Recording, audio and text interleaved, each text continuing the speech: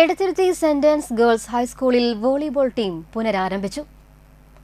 Thrissur sports council president K R. Sambasivan ഉദ്ഘാടനം ചെയ്തു. PTA president Jomon വലിയ വീട്ടിൽ അധ്യക്ഷത വഹിച്ചു.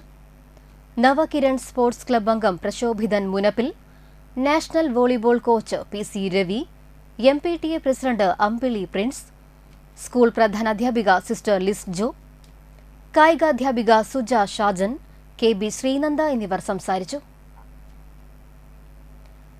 മണപ്പുറം ഫൈനാൻസ് ലിമിറ്റഡ് സ്പോൺസർ ചെയ്ത ജേഴ്സികൾ സ്പോർട്സ് ക്ലബ് അംഗങ്ങൾക്ക് വിതരണം ചെയ്തു.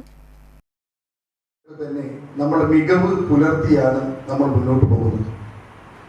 വരും ദിവസങ്ങളിലൊക്കെ തന്നെ നമ്മൾ ഇതെല്ലാം മാറ്റിവെച്ചുകൊണ്ട് നമ്മൾ പഠനത്തിന് മുൻതൂക്കം നൽകിക്കൊണ്ട് നമ്മൾ പോർഷനൊക്കെ കംപ്ലീറ്റ് ചെയ്തുകൊണ്ട് നമ്മൾ വലിയ ഒരു എക്സാമിനെ കൂടി നമ്മൾ നേരിടുകയാണ്.